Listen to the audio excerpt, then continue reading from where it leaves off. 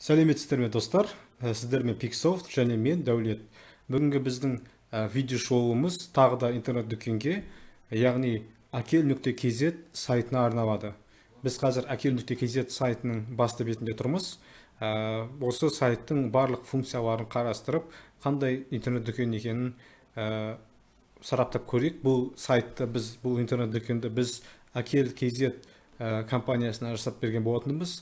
Бұл компания бірінші алдымен кітаптар сатумен айналысты, кейін қосымша тауарлар сатумен айналысуда. Осы интернет дүкенінің арқасында жалпы сайт бойынша қандай функциялар бар екенін бірге тамашалап, бірге шоу жасайық. Қарап көрсеңіздер, ең бірінші сайттың шапкасы тағы да екі бөлімнен тұрады, екі қатардан тұрады. Бірінші қатарда ол шапканың, то есть ең бірінші ақпараттар тұр, яғни ол ыңғайлы төлем екені жазылған, Қазақстан аумағында жеткізу тегін екені жазылған, және күнделікті сағат қай уақыттар арасында осы телефон арқылы хабарласып ақпарат алуға болатындығын жазып қойғанбыз. Және бұл жерде тіркелу, кіру беттері бар. Кіру беттерін сіздер жақсы білесіздер. Мысалы, кіру беті бар, мысалы, тіркелу деген беті бар. Бұл беттер жалпы барлық сайттағыдай қарапайым түрде жасалынған. Қайтадан бас бетке өтейік. Бұл жерде екінші қатарда, шапканың екінші қатарында логотип бар, және іздеу жүйесі бар, және корзина бар, яғни себет. Бұл жерде іздеу жүйесі жұмыс жасайды. Мысалы, қандай тауарларды іздейтін болсақ та, осы жерде біз өзімізге керекті кітаптар тауып аламыз. Мысалы, мен қазір Тортай деген сөзді көрсем, маған осы Тортай деген кітапты шығарып беру керек. Міне, мен Тортай деген сөзді іздедім, маған осыған байланысты кітапты шығарып берді, іздеу нәтижелеріне орай. Қайтадан бас бетке өтейік. Себет түсінікті, ол қарапайым барлық интернет дүкендегідей. Қазір мысалы бізде себет бос, сол себепті осындай болып шығып тұр. Мына жерде екінші осы шапканың астында біздің менюмыз бар. Бұл менюда тауарлар бар, тауарлардың яғни оның категориялары бар. Мысалы, қазақ прозасы, әлем прозасы деген кітаптардың жанры жазылған. Басты бет бар, біз туралы деген бар. Біз туралы бетте жалпы компания жайлы қысқаша тексті мәтін тұр.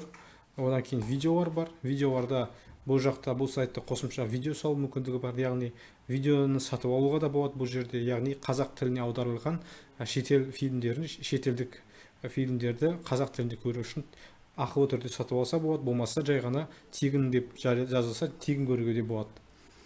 Қайтадан басты бетке өтейік. Басты бетте слайдер бар. Бұл слайдерде біздің басты өнімдеріміз жайлы жазылуы мүмкін. То есть, яғни akel.kz компаниясының басты өнімдері жазылуы мүмкін. Келесі бөлімде бұл сатылымдағы тауарлар, яғни бұл жерде уже біз тауарлардың өздері тұрады. Бұл жерде ең жаңа тауарлар, ең жаңа хит тауарлар бірінші тұруы мүмкін. Мысалы, қазір қарасаңыздар, бізде тауарлардың суреті тұр, кітаптары тұр, одан кейінгі оның авторы, бағасы тұр, потом бірден сатып алу деген функция бар, потом корзинаға салу деген функция бар. Мысалы, бірден сатып алуды бассақ, бізде аты жөнімізді жазуды, телефон нөмірімізді жазуды, және қосымша ақпараттар жазуды сұрайды. Мысалы, мен қазір тест жасап көрейін. Осындай бір өтірік данныйлармен. Мысалы, және мен бірден төлемге өтіп кетемін. Бұл жерде бір жақсы жері, яғни сайтта автоматты түрде төлем жасауға болады, яғни онлайн оплата бар. Ол өте керемет, өйткені интернет дүкендерде онлайн оплата бар деген сөз. Демек, ол интернет дүкендерге сенім болса, сіз сеніміңіз ақталады деген сөз. Мысалы, номер карты және де осы данныйлар жазу арқылы сіз өзіңіздің өніміңізді осы бірден қолданушы ретінде сатып аласыз. Ал егер интернет дүкенінің иесі ретінде сіз осылай бірден онлайн оплата алып, төлем қабылдай аласыз, бір сөзбен айтқанда. Артқа қайтайық, басты бетке. Басты бетте тағы да қандай нәрселер айтуға болады. Бұл жерде меткалар бар, жеткізу тегін деген жасыл меткі бар. Сосын жаңа деген, жеңілдік бар деген сөздер бар. Мысалы, жеңілдік бар деген сөз болса, оның старая цена және новая цена деп тұрады. Старая ценасына 3500 теңге болса, қазір 3200 теңге деп тұр. Яғни бұл да уже маркетинге ходтардың бірі, бірақ клиентке, яғни қолданушыларға ол өте жағымды болып көрінеді. бұл жерде тағы да пагинация, яғни беттерге бөлу бар сайттарда. Пагинация деп аталады бізде. Ал негізі жалпы айтқанда бетке бөлу. Өйткені бірден 1000 товарды бір бетке шығару өте қиын. Сол себепті 20-30 товардан әр бетке бөліп шығарған абзал.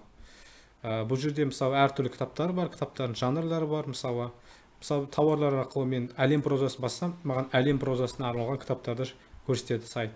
Егер мен бөлімді наяқтан да таңдай аламын, жоғары жақтан таңдай аламын, қалай ыңғайлы маған солай таңдай беремін. Мысалы бала тәрбиесіне байланысты кітаптарды бассам, бала тәрбиесіне арналған кітаптар шығады. Жалпы басты товарлардың бетіне өтетін болсақ, мысалы қазір біз бір кітапты таңдайық. Мысалы қазақ прозасының ішіндегі бір кітапты таңдайық. Мысалы тұлғалар өміріндегі ислам деген кітапты таңдайық.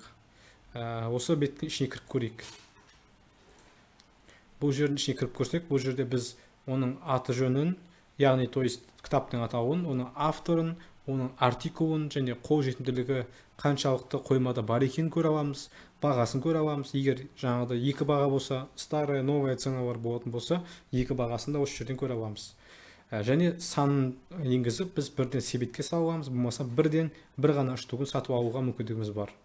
Мысалы, мен қазір себетке салып көрейін, 4 деп санды жаздым, себетке салып. Себетке салынды деп жазды. Енді сатылымды жалғастыру немесе себетке өту. Мен әзірше себетке өтпеймін, оны кейінірек көремін. Сол үшін сатылымды жалғастыру басам. Келесі әлеуметтік желіде бөлісуді. Кешірім сұраймын. Әлеуметтік желілерде бөлісу функциясы қарастырылған, яғни Telegram арқылы, Facebook арқылы, болмаса ВКонтакте арқылы осы бетті басқа өзіңізді парақшаңызда болмаса біреулерге жеке хат ретінде жіберуге болады. Сипаттамасы, осы кітаптың сипаттамасы бар, және пікір қалдыруға болады осы кітаптың астында. Өкінішке орай пікір қалдыру үшін сайтқа кіру керек. Бұл жерде солай жасалған, себебі пікір қалдырғандардың данные көріну үшін. Және мына жерде сізге мына товарларды ұсынамыз деп қосымша товарларды ұсынып береді сайт. Бұл жерде мысалы қазір пікірді көру үшін сайтқа кіріп көрейік.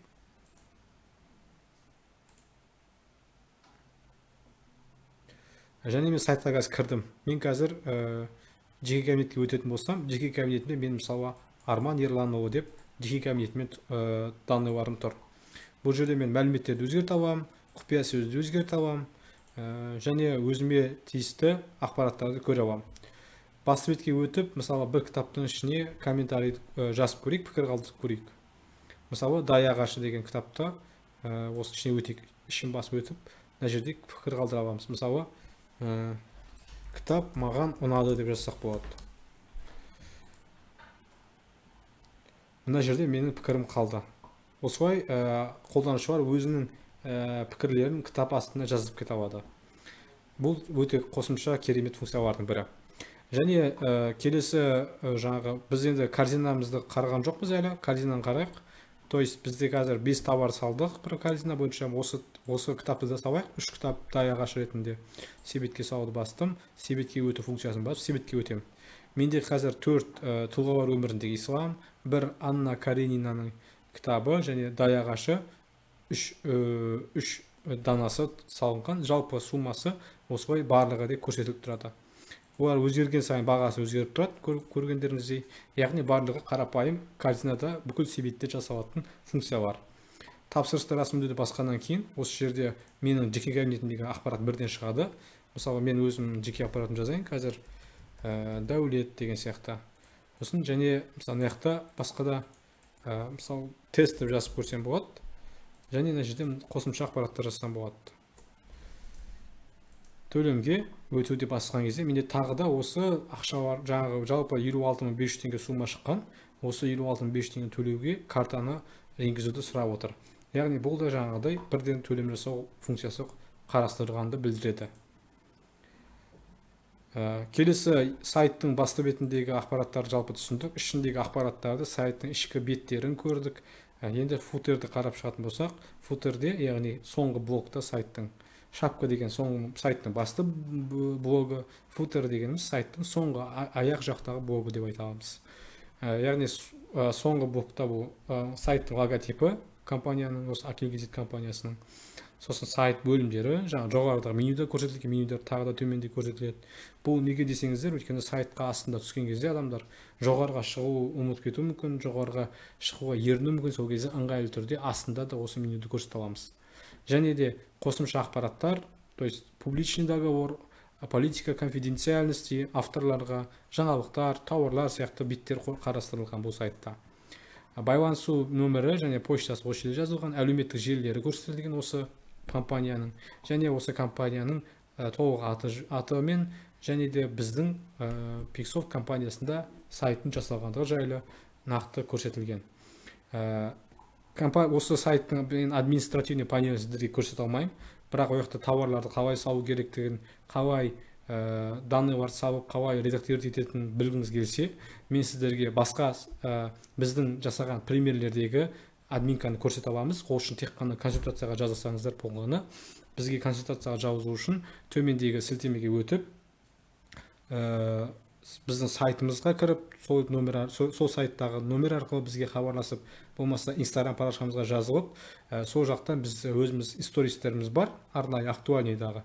Сол жерлерге кіріп, бізге осы консультацияға жазылу бойынша директке жазсаңыздар болады, немесе сториске ответ қайт жазсаңыздар болады. Жалпы кез келген түрмен бізге байланысқа шықсаңыздар, сіздерге консультацияны ұйымдастырып береміз. Және де осындай интернет-дүкен сіздерге де ұнайтын болса, сізге керек дейтін болсаңыздар, бізге байланысқа шығыңыздар, бізге хабарласыңыздар. Сіздерге өте керемет дизайнда, өте керемет сападағы сатылымыңызды, бизнесіңізді, кәсібіңізді дамытатын интернет-дүкендер жасап бере аламыз. Сіздермен болған Pixsoft және Дәулет, сау болыңыздар.